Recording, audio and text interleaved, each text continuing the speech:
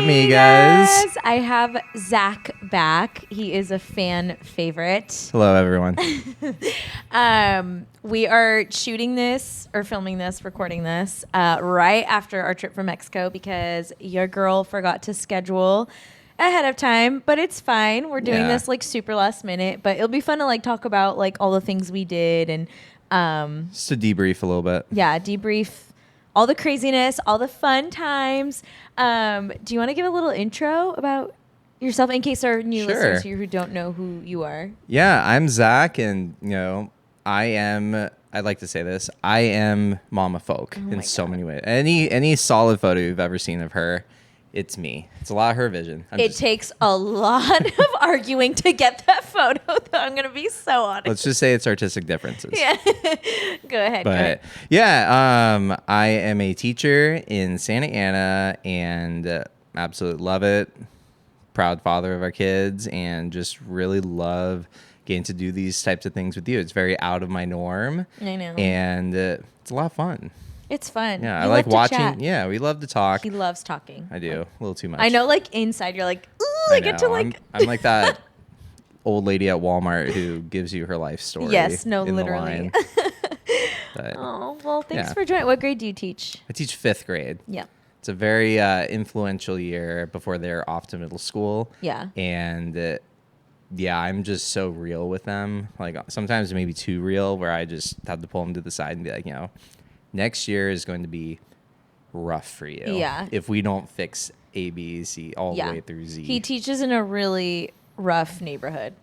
Yeah. And I feel like I forget because you do a pretty good job at not bringing work talk into home because I know that's like something that I've like shared with you. There was like a season where there was a lot of heaviness with you at work and you were coming home and like bringing it. And it's like so hard to be like, I want to listen and I want to be like a safe place for you. But I'm also like, this is like affecting like our quality time together. I know. Which is cool because you call your mom and who was a former teacher and she's like your safe place with that. But I feel bad because I forget how hard your job is until like you shared with me the week we went to Mexico. You had conferences and you were telling me some of the stories with like the students and the parents. Gosh. There's a lot of like, I don't know if I can say it, like gang stuff. Am I allowed to talk there's about it a lot publicly? of influences that really pull them away from education that a lot of them really can't avoid because it's just like what goes on in their apartment, but and they're like born into it too. I would say like 80% of my class, so like their parents are solid, they're on it, they're supportive in any sort of way. But I think the most frustrating part is just those parents who it's not that they can't help, it's just they're like will come up with every reason to avoid any sort of hard conversation about their kid. And it's like, well, I'm not doing this to scold you. I'm doing this to like help you out because next year, you're kind of on your own other than like their counselor and like, there's just too many statistics about if parents aren't involved. Yeah. It's not going to be good for the kid. And it's hard because a lot of the parents also don't speak English. And so like, there's that as a factor too. But I have a lot of really solid parents and like a ton of respect for them. A lot of parents who work the fields, they work really, really difficult jobs, but they are honestly the ones who are at the most like involved in the most like, please help my child succeed. I can't do it. I really am putting a lot of trust in you and faith, which is my job and I love it. So I really do try and bust it every day for their kids and for all of them, but it's a good time. You're doing great. I could not imagine being a teacher. I could barely handle my own kids and like how people say like, oh, it's easier to handle other people's kids versus your own. I think it's a complete opposite. I don't have patience to put up with other people's kids, let alone that age, 5th grade. I would love to see our friend group like try and teach my students. They would tear them apart. I would cry. I would take everything personally. Like I would not be okay. It's pretty funny. It's and like a lot of our friends, I know they're like super confident and they're great, but the second they go in and they're going to teach like a simple lesson, I could script it out for them, but the kids just have a way of making you feel so insecure. Oh, for sure. And 5th graders are mean.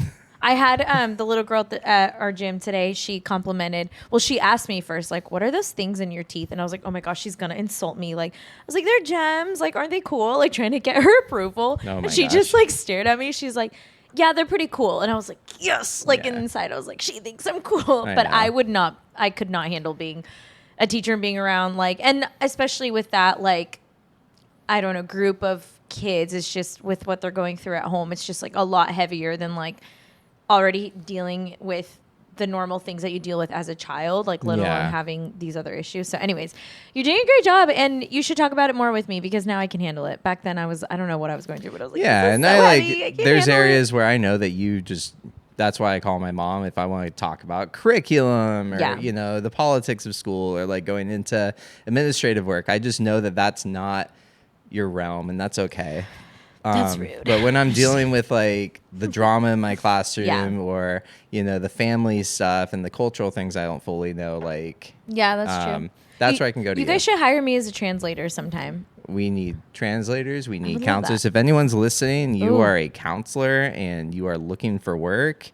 You don't even have to be bilingual, but it's honestly like awesome. But we need counselors. We have 3 counselors at my elementary school, which is amazing. Yeah. You know, the kids really, we have seen a lot of benefit from it. And just this whole push for mental health, it's not like this crazy, you know, woke idea. It's like, no, these kids are like going through some really heavy things. Yeah. And let's help them now while their brains are still malable. Yeah. Instead of later when they're adults and they're super screwed up and then it's just like too late to change. Yeah, you know, it's, So anyone listening, DM me and I'll pass along your info if you need a job. Absolutely. Shout out to Santa Ana Public School District. Santa Ana Unified. Whoop, whoop.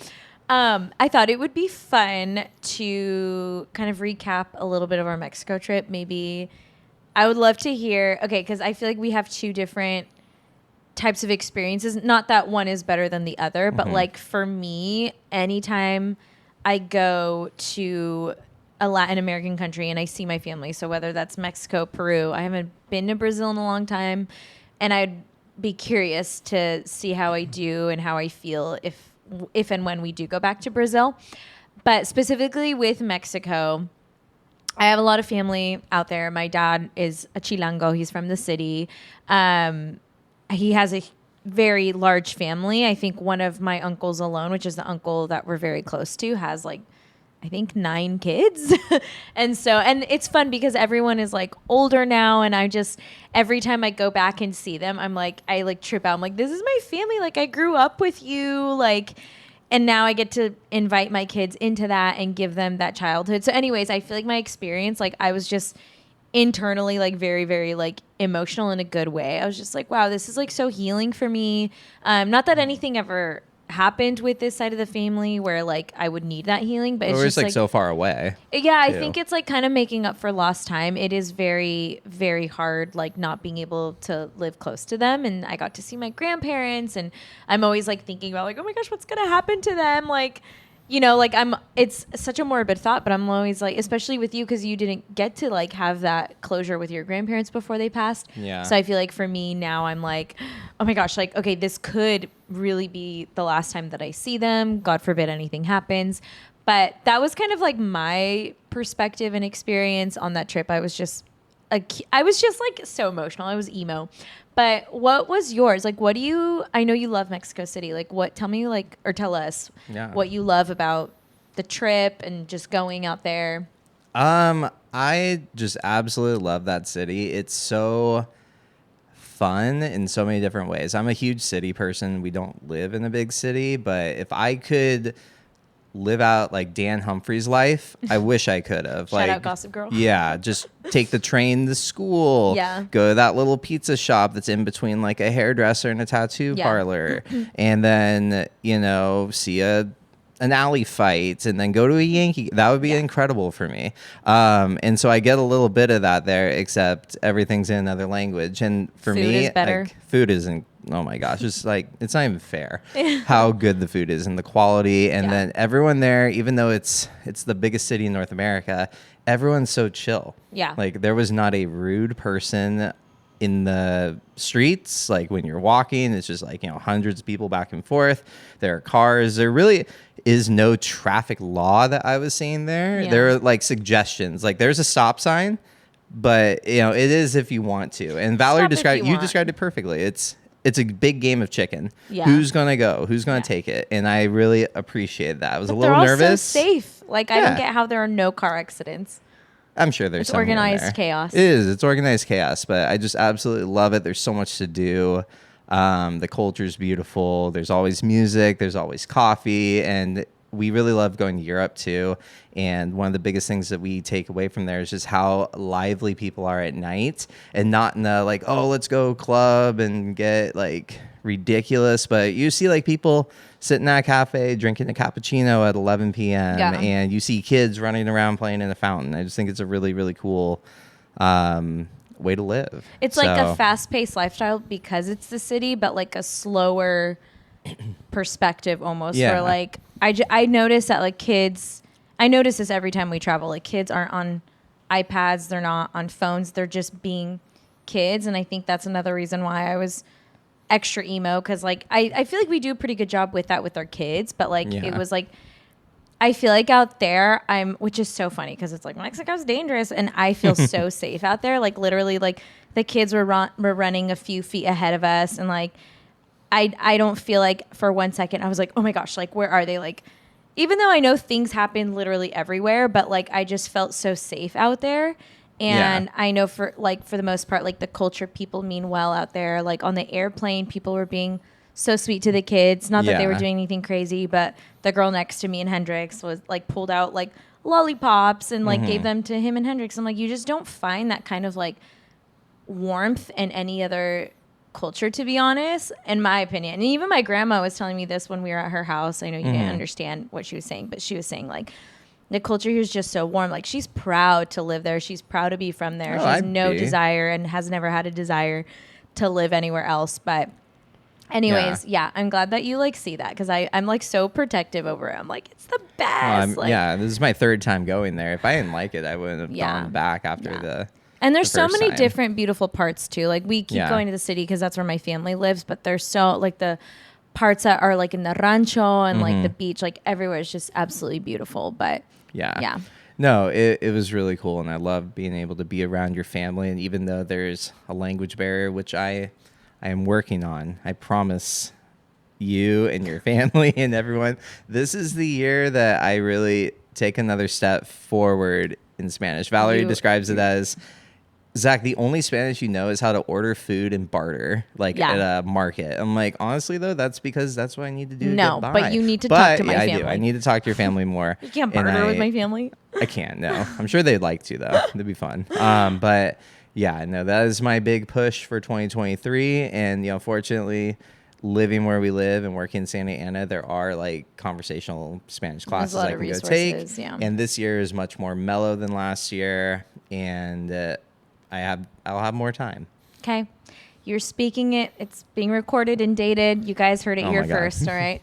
So we'll check back in. I do like a goal, and this will be a goal. There you go. There you go. I won't make fun of you either. I don't believe you.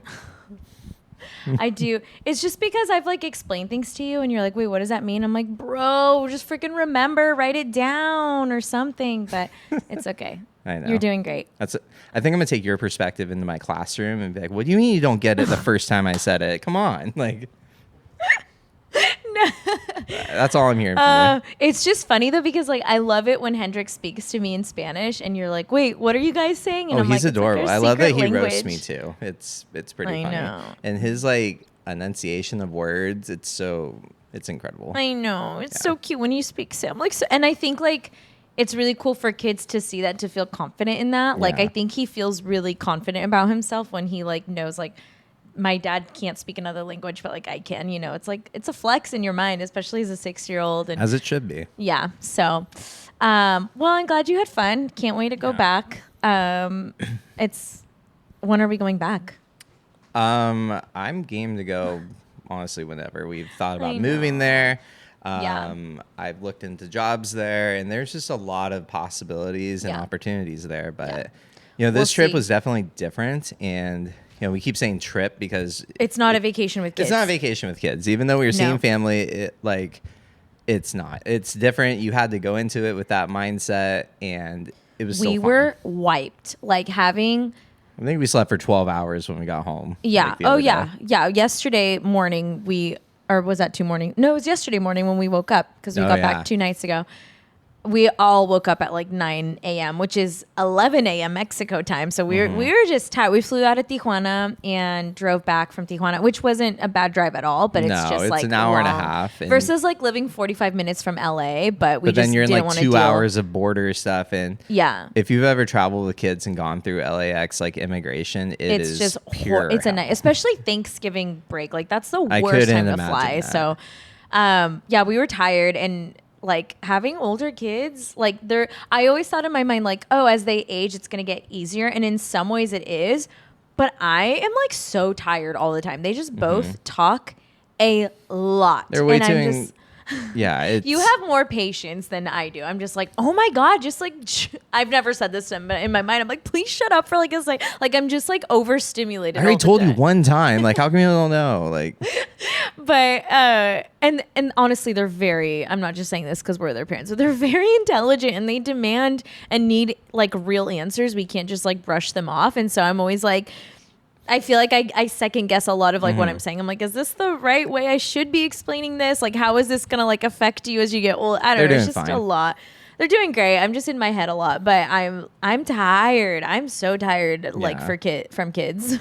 No. And for all the people that keep asking, when are you having a third? This is not happening. Yeah. And they're old enough where they can be self-sufficient for like 30 minutes or so, but I'm eager. I really love this stage. I'm never going to like wish it was like over with, but it will be a very different experience when they're like 10 and older, because then it's like I'm putting y'all in like row 33 seats D and F. We're going to business class. Back of the plane. We'll catch you at like the gate later. Like we're good. Oh my gosh. I know. I'm looking forward to that one day, but it is fun because of how innocent and cute they are. Yeah. But you know, you've mentioned it before. Rio is just psychotic at times. And Hendrix has a question about every single thing, you know, you know, existential questions down to, you know, his new thing right now is negative numbers. I'm like, who even presented this idea to you? All these math questions. I'm like, bro, I barely passed high school. I cheated off my dyslexic friend and I flunked out of college. I'm the wrong person to ask.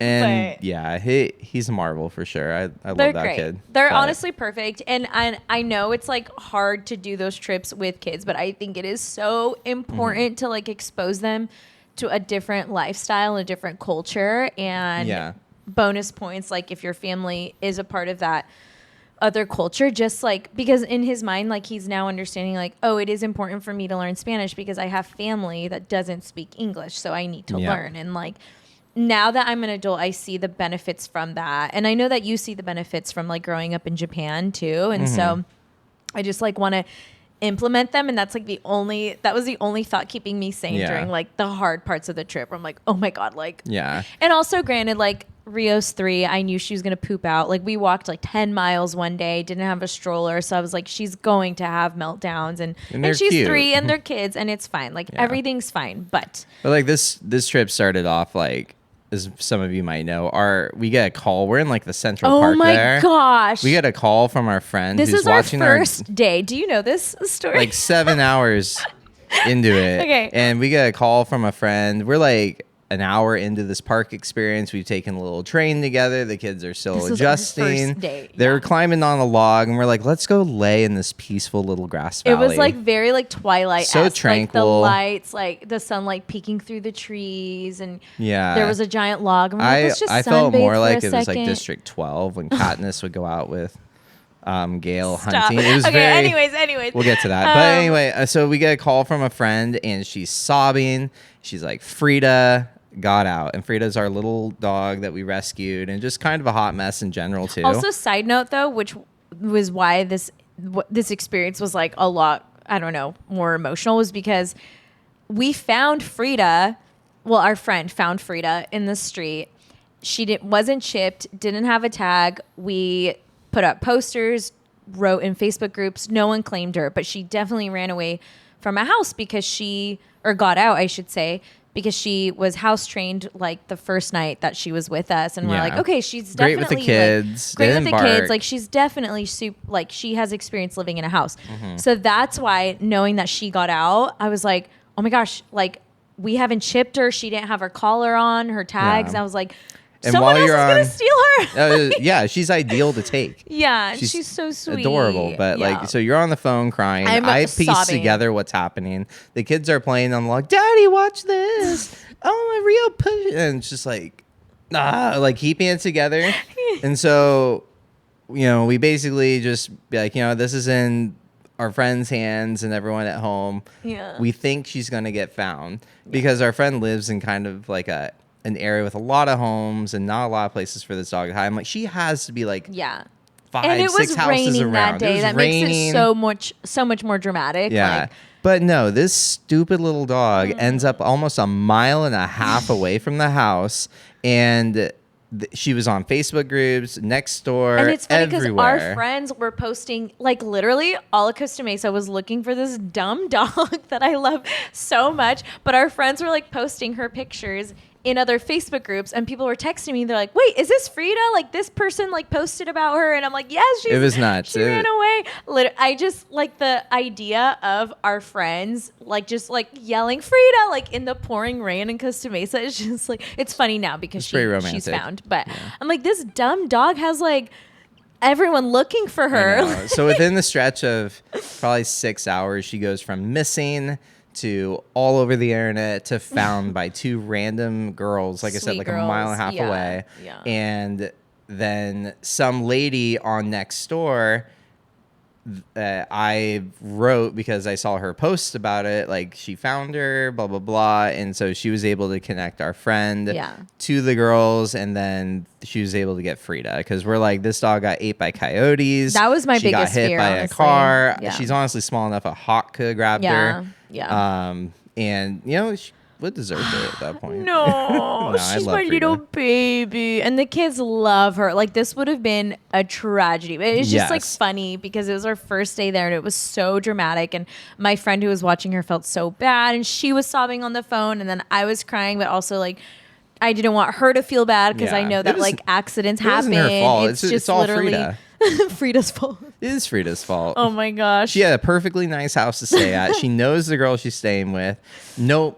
I'm a flea. And she's not a runner when someone's there, but if we leave the house, she'll try to, she just gets so anxious. My friend even like boxed up this like area know. fence that potentially Frida could get out, but no, Frida pushed the boxes aside Such a somehow dummy. and just fled. But My little whatever. anxious queen. Well, she's home safe. It was just like funny to start our trip off like that. I was so tired at the end of the day because I was like, I just cried so much and but then the rest of the trip was a great balance of family. Yeah. We did a lot of stuff that we wanted to do with the kids, which primarily consisted of really good coffee and we drank just walking a lot of the coffee. city. And then we found some really cool kids things to do there. There was an aquarium your family took us to, and then we took the kids to like a science museum thing that if you know the Science Cube in Orange County, it makes it look like, you know, a knockoff Chuck E. Cheese. I know. This place so down there was good. incredible. We need to get to all of it. There are a lot of kid-friendly things to do out there, which I love. And this is something that I noticed. And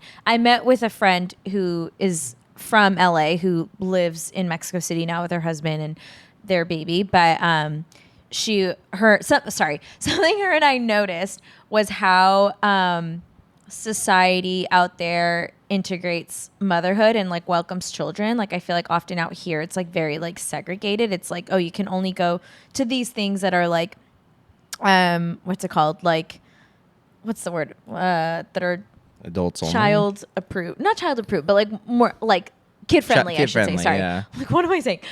That like you go to these places that are like kid friendly out here and then there's these other places that are not and you feel weird and even now, or the places are the worst. It's like you aren't sure if you should bring your kids or not. Or like if your kid is having a meltdown, like people are staring at you and feeling inconvenienced. Where like out there, it's like everyone is just like everyone's inviting, understanding, like goes to help you, like if anything is happening. And I just appreciated that so much. So, anyways, we went to a lot of coffee shops and like everyone was great. The kids did great at these like cool coffee shops and we ate so much and I was so happy with all the food that I ate. Yeah, no stomach issues. No stomach issues until I got back. Yeah, it's a huge misconception I think people have with Mexico that you go there, you're going to get like super bad stomach diarrhea issues. And it's like, nah, the food quality out there is top tier. Our stomachs never hurt until we come back here. Yeah. But the kids ate like royalty every day, Yeah. and it was just great. It was so seeing your fun. family was fun.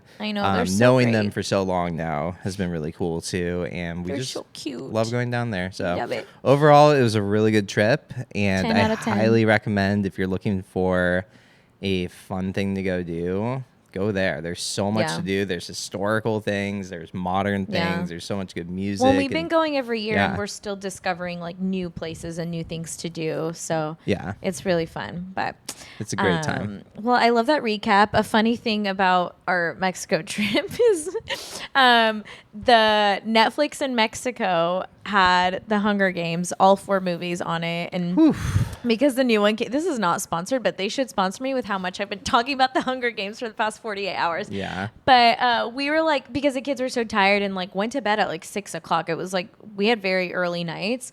We were like, well, we're not tired yet. Like, let's watch a movie.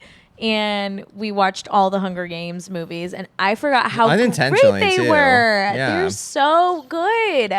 It definitely I'm hit obsessed. harder Yeah. now being older, like in noticing different things about the movie. I was Yes, like, yeah. this is a really well done movie. And then was we watched the so- second one, it like was- this is also pretty Yeah, good. yeah. And then We third and watched the fourth are recent alright. one last night, and I thought it was good. The, but- yeah, the new one in theaters. You saw Yes. last night, Yeah. and it tied everything so well together. Yeah. Admittingly, never read the books. Probably will never read the books because we we don't got time for that. No, I don't have time with Hendrix and Rio. Yeah, your time's going to learning Spanish now, so you It don't have time is. So to no read other Hunger books. Games. Yeah. Forget that. I'll just base my whole judgment of the series off the movies. But yeah, no, It was so good. It was fun. It was a good wind down every night. We were- well, except kind the first of. night. No, the first night I was up for like 3 hours after we were Just, done. like, thinking. I was just thinking like, if I were there, how would I go? Would I go run for the trees? Would I take like what would I do? Like what would I do in this situation? And it kind of hits differently with like the politics of things happening, like not just in our country but international. Like really intense and sad things are happening. So it's just like it hits a little differently. It Yeah. feels a lot more intense. You're like, oh geez. But How long do you think you'd live?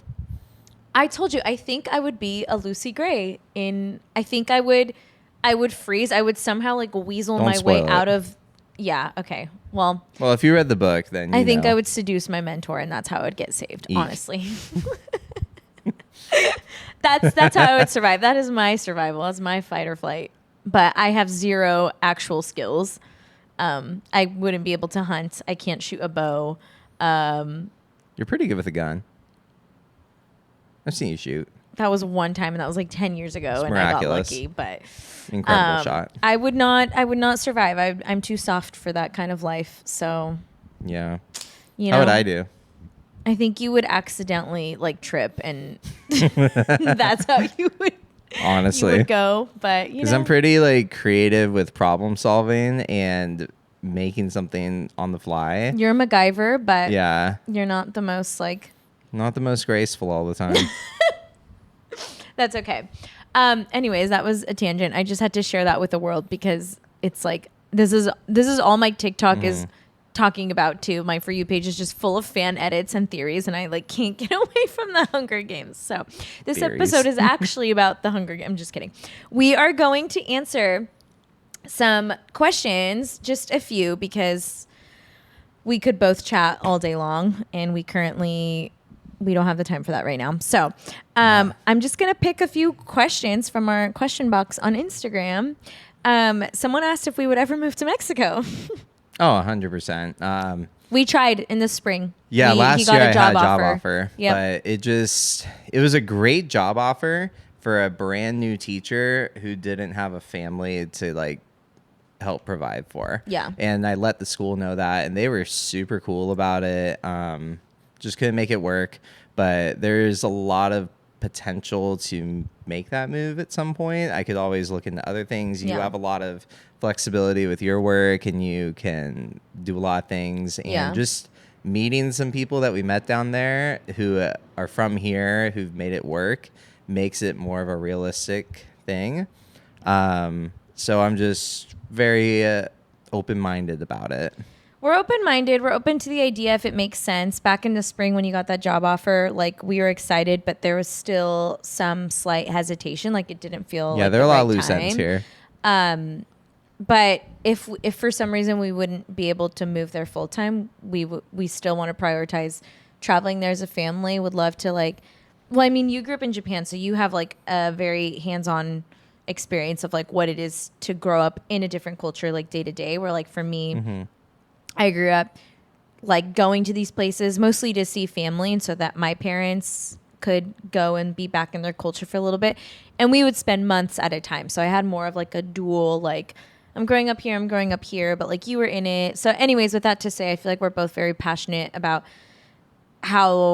getting that experience for our family, but also open to like, it could look differently. Like it could be us moving out there full time, or it could be us like spending 3 months at a time or something, just because you're a teacher and you have flexible time too. But we're open to it. We are open to whatever, but I will say we have a very strong community out here, and it would be really hard to give that. Either way, there's pros and cons whether we would move there or if we would stay. But overall, we would love to give our kids some type of international experience and awareness. So yeah. How did we meet? You can start that. So how did we meet? Okay, there's backstory to this. There's a lot of backstory. I had dated one of your friends at the time when I was in high school, and you had moved to Iowa for college because you were older than me. Yeah. And so my freshman year, your senior year. Yes. Yeah. So I obviously didn't go far with this said friend that I dated. It was a very quick thing. And he kept talking about like, oh, when we were dating, he was like, you need to meet my friend Zach, blah, blah, blah. And I was like, oh, okay, whatever. Showed me a few photos of you and like his friend group. And he's like, oh, he went to school like out of state, but like when he's back, like you guys will meet. So anyways, this fling ended. And then a year later, I had moved to Orange County. And I had moved in with my best friend and her aunt and uncle, and you popped up on Facebook under like people you may know. And I recognized your name and your face. I was like, oh, you're like that friend's friend. Like this was the friend he was telling me about. How random that he's like popping up on Facebook. And a few days before, or that day, I had ended things with my high school boyfriend, and that was like a really hard decision to make. And so I was not in the space to date anyone. I was like very set on being single for a long time because I had never had that experience, and I was new to the city. I was like, I just want to be single, live with my best friend. It was a crazy 45 minutes of being single. Like So then my friend encouraged me to add you. I was like, oh, he's so cute. Like I remember and then months before that, actually, I saw you at the In-N-Out in Victorville, and you walked in with twins. And I think that's why. Friends. So that's why, like, you were like fresh in my mind because I had just seen you in person, but you were home for the summer, and then I moved out of Victorville to Orange County, and then you had gone back to Iowa. Anyway, there's a lot of back and forths, but ultimately, I saw you on Facebook, recognized you, and something about you I was like drawn to, and which is crazy because we had never even met at that point. I don't get it. And my friend, I still don't get it. No, makes no sense to me. And my friend that I was living with like encouraged me to add you on Facebook, and I was like, this is so weird. Like he doesn't even know me, and then you immediately accepted my friend request, and then you messaged me. And we just talked a lot about music. Like that was like one thing that really bonded us because you're a musician. I play the guitar and piano, and we were just like, this is like fun to talk about. And we were just talking about like the classics that we were into, what's our favorite type of music to play, blah, blah, blah. Yeah. And then we met. So we started talking in August of 2011. We met September or October. I think it was end of September because I You came out flew here for the home for weekend. my brother's cross country meet, and like I have to meet her. Yeah. And we did, and it was great. And we met, and I think the first night we met, we talked for like hours, 3 like a.m. up or until so. 3 a.m. Like we were just sitting outside talking, and yeah, it was great. and then that weekend that you were leaving, you had said like, I'm going to be flying out of LAX. Like, no pressure, but if you want to come say bye to me at the airport. Yeah. And your flight was like at 7 a.m. So you were at the airport at like 5 a.m., I think. Yeah, that was horrible. And I was like, there's something in me that has to say bye. And I was like, this is so weird. I've only met him once. I don't even know him, but like something's telling me I need to drive to LAX and say bye. And it was so funny because we didn't even have smartphones. Like I still had like my flip, my NV Touch. Don't you miss those though? I Where they like low-key miss slid that up. life. There's I a know, so keyboard. satisfying. Could never afford a sidekick though. No, that was never my experience. But I had to like MapQuest how to get to LAX from my house in Orange County because I had just gotten my license too. I was a late bloomer. I did not start driving till after high school. So anyways, it's just like funny. Like those little pieces make it a lot more dramatic. And I went to LAX and I was like, I had to say bye to you. And then when I left, I was just like really emotional. And I was like, what is happening? Like, I don't even know this guy. And so then we officially started dating in November. So like a little over a month after we had met. And then in March, we got engaged. I know, it was a bold move. And then maybe met twice or three times. Yeah. Well, we had like all that time we had on Thanksgiving my break and Christmas break. But we got engaged in March and I was 19. Yeah. And you were 20. I was a huge advocate though of the long distance because being together, sometimes you lose that intimacy of the conversation because you're just so comfortable. You sit on the couch, you watch TV, minimal conversation. But since we're so far away, if we really wanted this to work, we had to prioritize like actually like, talking. And like I felt like we got very deep quickly because of that. Yeah. And there were several nights, you know, you fell asleep on the phone with me and it was adorable and it was great. And there were several nights where, you know, we touched on really heavy things that maybe in person would have taken a lot longer to get to. But because we both were previously in very serious relationships and we both had that perspective of like, we don't want to waste our time. We had to knock those things out. But I remember on my 30th birthday, I got a notification though saying, you and Valerie are celebrating 10 years of being friends. So you Facebook. Added me on my 20th birthday. Aww.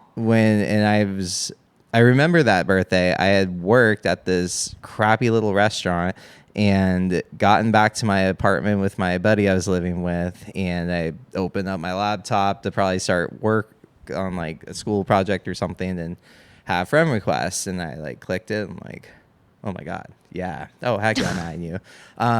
But you didn't know who I was. I had you didn't no know clue I dated. who you were. No. Yeah. But I remember hearing about you my freshman year. My friend was like, oh my God, you got to meet Valerie when you come home. I'm like, sick. And then a month later, he's like, I hate Valerie. Screw that girl. I'm like, yeah, screw her. I don't know who that is. So we started dating and I didn't put it together until like, I don't know. We were pretty serious in like November, December. No, it was before we got engaged. It was before we got engaged. But I remember I was with my friend and we were playing pool and he's like, so you're going to date Valerie? I'm like, I am. I absolutely am. No, I won. Oh my gosh. No, it's not about that. But he was in our wedding too, so it was all good. It's all fine. It's water under the bridge. Yeah. But it's just, I would never tell or encourage anyone else to get engaged to someone they've dated for 4 months.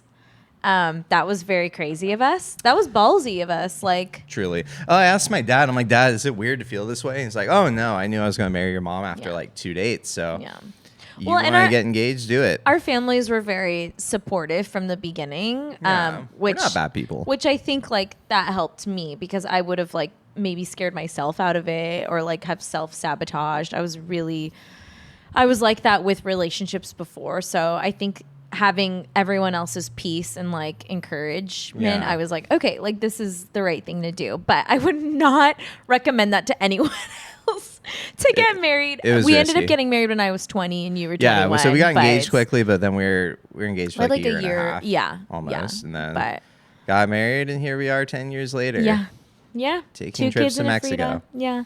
Which is it's so crazy, but it's fun. It's great. I'm glad I feel like we've lived together like 10 You're different lives. I'm glad it worked out. No, that too. That does not happen. No, statistically it shouldn't. It shouldn't have happened. Like at our wedding, my uncle's girlfriend was overheard saying, I give him 3 years. Oh, she was really sassy about it. And it got back to my uncle that she said that, and he he's a former NFL player, and he wrote us like a fat like check. birthday, like not birthday, wedding gift check. But Yeah. I was like, Valerie, every 3 years we should write her and be like, we made it. hey, just wanted to remind you of that wedding day. Yeah, send her family photos every year. I know. But ask her at least. that is how we met. A little side question with that question: your favorite taco? Ooh, it really depends on, I think, the place. Yeah. You know what I mean? Like different places will have different types of tacos, but I think I'll have to go like al pastor. Okay. I think so. With just that thin wedge of pineapple on there. Just ooh, yeah. It depends. If I'm eating Tijuana style tacos, carne asada all the way. yeah. But if I'm eating, so food from Mexico City, like tacos from Mexico City, are very different than Tijuana style or like Yes. California style. They're a lot bigger. The meat is different. It's cooked different. So I would have to go with, what was the meat that I got at Taqueria Orinoco? The big Res. carne de res. Yeah. Okay, so that would be my favorite in the city. I get that and like al pastor mixed up for some reason, but that would be my favorite city taco.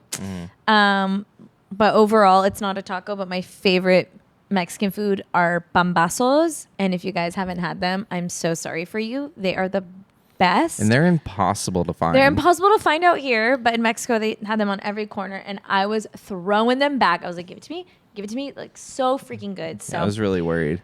I was worried for my stomach, but she's good. My stomach is all good. Did your marriage dynamic change a lot when you had your first child? You want me to start? Sure. Yeah, all right. Yeah. It definitely did, but I think we were like prepared for that because we're gonna have a third person in our family and we were responsible for it living.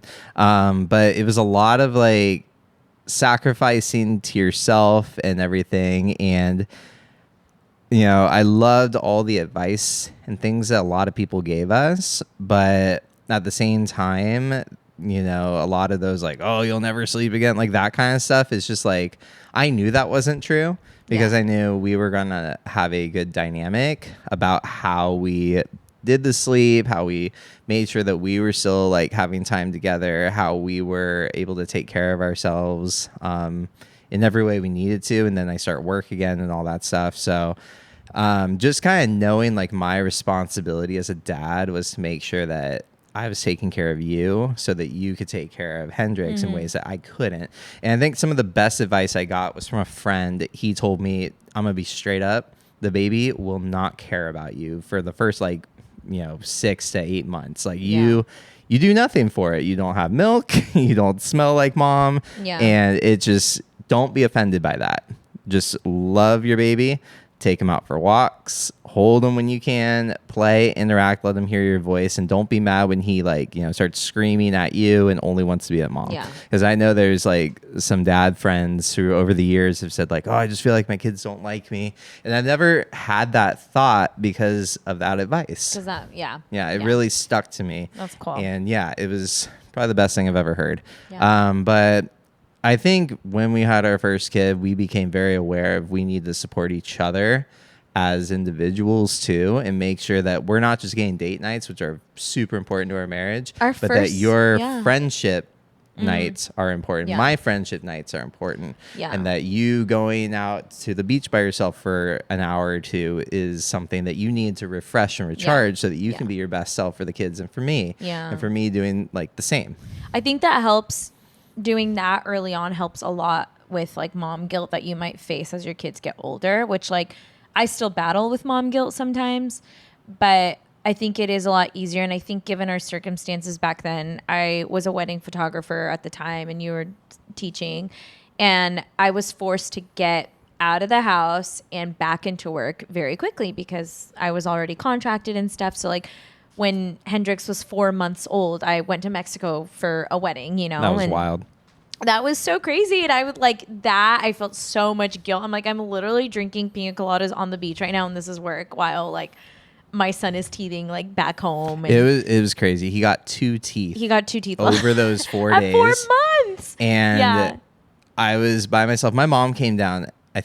She came down and like just helped out as she could. But again, I really wanted to make sure like I am putting this on me as much as I can. And we had a ton of milk for him, but it was like a movie situation where she's landing in LAX and I had just gotten his last like bag of milk ready. Freezer milk. And I'm like, yeah. Valerie, you got to get here. Yeah, But fortunately, yeah. he was going down for a nap after that. So she was Yeah. able to come home. And it was great. But yeah, our dynamic it was crazy. changed. I mean, it's bound to change. Like it's, and with any, I don't know if this will make sense, with any transition, things are going to change. Yeah. But, and there are seasons where like the changes were a lot easier and like sweet. Like even thinking about when we transitioned to 2 kids, like that change was really sweet. I think because COVID had hit, and even though what was happening was really hard, but having you home, having us be forced to like not work and just like live at home while Rio was a newborn, and having this like 2-year-old Hendrix, like those are memories that I will treasure forever. Cause like that was just time that like we would never get back. And then I think when life got back to normal, like that's when kind of like we were like, okay, like this is a hard transition. I think it's just balance in general. Like you have to have a balance, but I think that you also have to be open to that balance changing. Yeah. Like even now where like our kids are older, I'm like, this is emotionally exhausted. This is the most exhausted I've ever been in my life. Yeah. Versus like newborn sleep nights. Like I would, with how tired I am, I would almost rather that than like where I'm at right now, because like I don't feel like I have the capacity. And like this is something that we've said before. We're like, okay, we really need to like check on our quality time and our conversations now, because we're like both at 0 and like we don't want to just like rot away every night on our phones. And so you just have to be open, I think, to your balance changing and to your priorities. And so, and we've done much better at that this last year, I think. Now both kids are in school full time. Yeah. It is kind of a rush in the morning, but we've gotten that figured out. Yeah. We spend our good time together in the evening when we pick them up, and then we still get like, they're both down by 7, so we got to like 10 o'clock most nights. And it's a lot of figuring things out and being flexible and open to change and being honest checking with in each other. with each other. And I feel like you do such a good job at like giving me, because I am like, I feel like people think I'm very extroverted, but I 100% recharge alone. Like me going to the beach by myself or going thrifting alone or like anything, I'm like, that is so refreshing for me. And I think you encourage that a lot. And so when I get that, I'm like, wow, I feel like even when we were in Mexico, you're like, go out for like a 30-minute walk by yourself, go take some photos on your camera. And I was like, honestly, thank you. I needed that. Yeah, I know it makes you your best person. And if we're both not at our best, it's not going to be good for the kids. Fun. It's not fun for anyone, no. Which kind of goes, I guess, into our next question. Favorite things about each other. Tell me all the things you love about me. Tell me why you worship me. Tell me why I am your well, I already told you princess, before, your so I don't have to say it again. No, tell me. Tell the world. It's the same principle you give our kids. Huh? How you only had to explain it once to them. Shut up. I absolutely love your creativity. You see so much in places and in ideas and in concepts that I never could think of. Yeah. I love how in tune to your emotions you are and how expressive you are how about much that. I cry. Yeah, your tears are beautiful. Like your shirt says, I heart to cry. Well, Not that last one today. episode. Yeah, that was last episode, but it's a good shirt. And we were at TSA when we were going to Mexico, and I wore that shirt. She wore that shirt, and the security guy looks at me and was like, "Your wife like crying?" I'm like, "I think so." That's what her shirt says. I was like, so great. scared. I'm getting, and they, just being who they are, they're always trying to like poke at people, but it was easy. But no, I love how like lively you are and how you can get things going, but at the same time, like that's just like a small fraction of who you are. I love how people are just drawn to you. Thanks. Like you're fun. You're cool. I'm fun. Yeah, you're like Katniss. People just really are. Except I'm not a hunter. Yeah.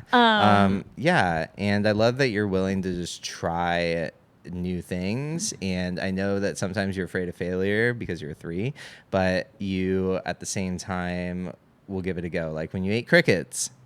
I ate a cricket in Mexico. Yeah. Delicious. Yeah. Crickets. Thank you. Yeah. Took you a lot. And then very, yeah, it was a big build up, but it was good. you. So that's like, just off the top of my head. My cute little creative brain.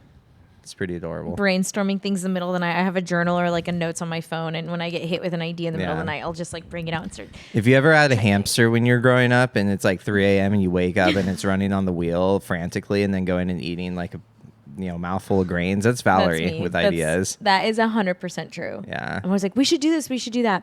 I feel like one of my favorite things about you is I feel like you can keep up with me, which like you are adventurous and you're down, and I love that because I would have a really hard time, and I didn't know this about myself when we like started dating and when we got married, but I'm realizing how important it is for me to have someone that can either keep up with me or to challenge. And so I love that you are adventurous. I love that you are challenging.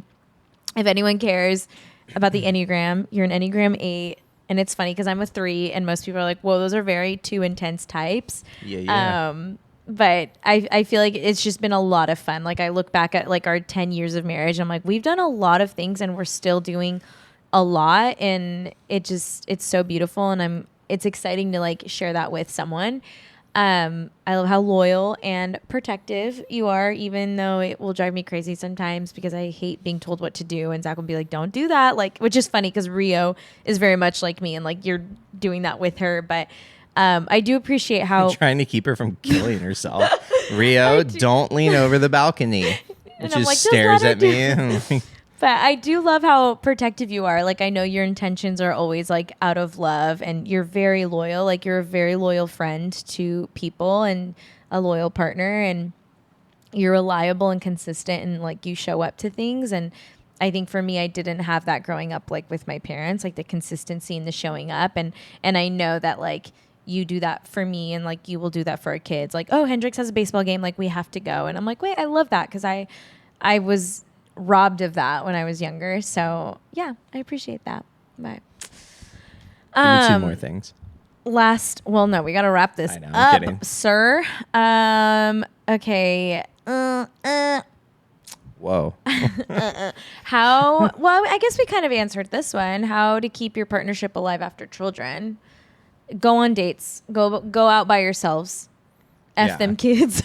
Like go, straight up. Go do something like, alone. Don't make your kids like the only thing you have in common. Yeah, put them first in all you do. For the most part, like in terms of keep them alive, make sure that they are you're helping set them up for a successful life.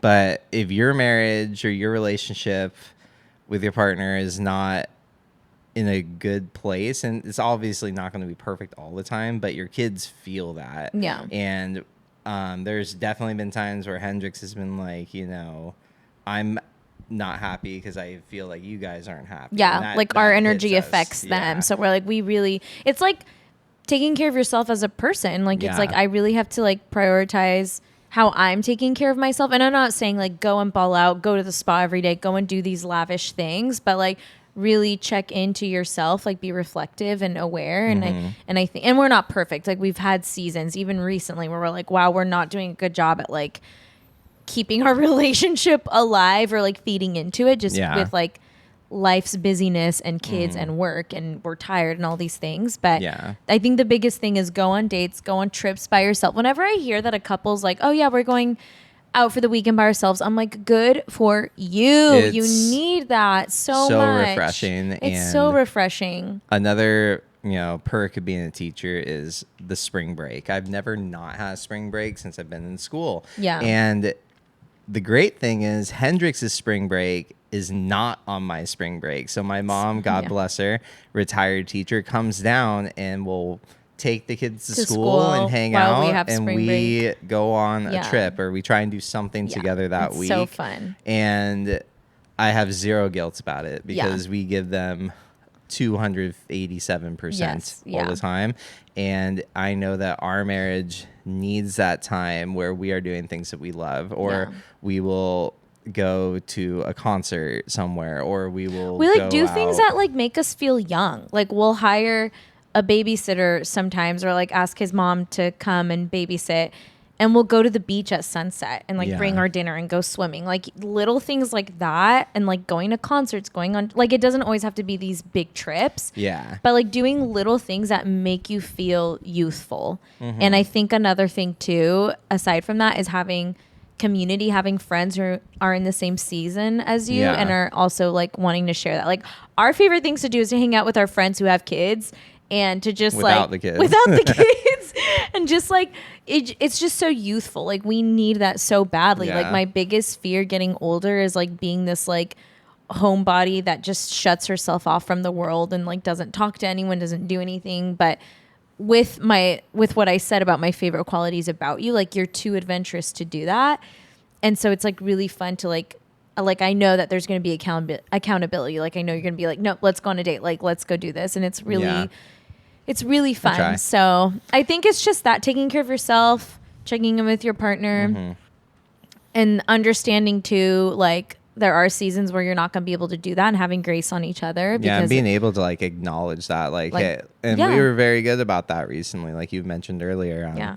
Just admitting like we need to step it up together. Like, and it's never fun to tell your partner that hey, everything between us right now is not where it should be, or even going further and be like, this just sucks right now. And it's better to, and I'm the worst at it because I don't want to say the wrong thing a lot of time because of just like insecurities about hurting your feelings or anyone's feelings. I like tend to bottle things up until it's like, you know, not explodes in like a screaming match, but I get you notice it first. Like I'll get passive aggressive, and you're like, "What's at you?" I'm a sassy queen for sure. Yeah. But I like to say that I'm very reflective of what you tell me, and I really try and implement the things that I know are tangible that I can better myself in, and you are too.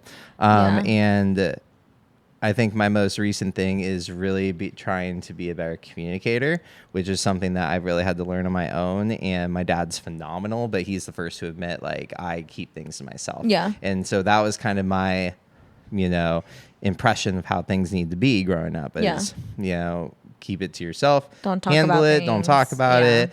And that's just not realistic in a relationship, in a family. Yeah. I feel like the last thing I'm going to add to that too is like understanding that we have our best intentions at heart. So like if you were to like be like, hey, I feel like you're not doing, like I need this and I feel like I'm not getting it right now. Being like me understanding like you mean that out of a good place in your heart, and it's like not because you're trying to hurt me or make me feel like I'm lower than you or anything. Like I feel like that's with any relationship. Like that mindset has helped me a lot with my friends. Like just knowing like we have each other's best interests at heart. We're not, even if something they do or you do can offend me, like that feeling is valid. Like, oh, I feel a little offended, but then checking in and being like, but I know that they love me and I'm confident that they wouldn't try to hurt me. So, and it's up to that person. Like sometimes for me, I feel like I still have to address it and be like, hey, I just need to get this off my chest. Like I was a little hurt that you like said or did that. And I know you didn't mean it, but I'm just letting you know. And then for you to be like, oh, okay, like I won't do it again. I'm so sorry about that. Yeah. And then boom. Like versus like holding on to it and being like, oh my gosh, he actually meant it this way. Like he's trying to hurt me and this and that. And I love that you don't like go debrief with all your friends before you address it with me. I go on Instagram and tell everyone everything. Oh, that's fine. You have a social media platform to keep up. No, oh my gosh, I could never. But yeah, so I feel like just having that mentality, like having each other's best intentions and interests at heart. But I think I appreciate you doing this with me, coming on, doing this very last minute. We were texting our producers a few days ago and we're like, okay, we'll do it this day. But I appreciate you doing this because it's like fun to like, I think people like to hear about like traveling with kids and like maybe if they're scared being like, oh, it's not actually that scary. And we celebrated 10 years this past June and had like a second wedding, and that was like really fun too. And so I feel like we've just lived a lot of life together, and it's like really cool to see how much we've changed, but like how that's also helped us grow and not just like we didn't grow apart, we just like grew together. And I love you. Love you too. My hype queen, my cheerleader. Okay. Well, Last question. what? What district would you be from? Oh my gosh. Okay. That's enough. Goodbye. Bye, everyone.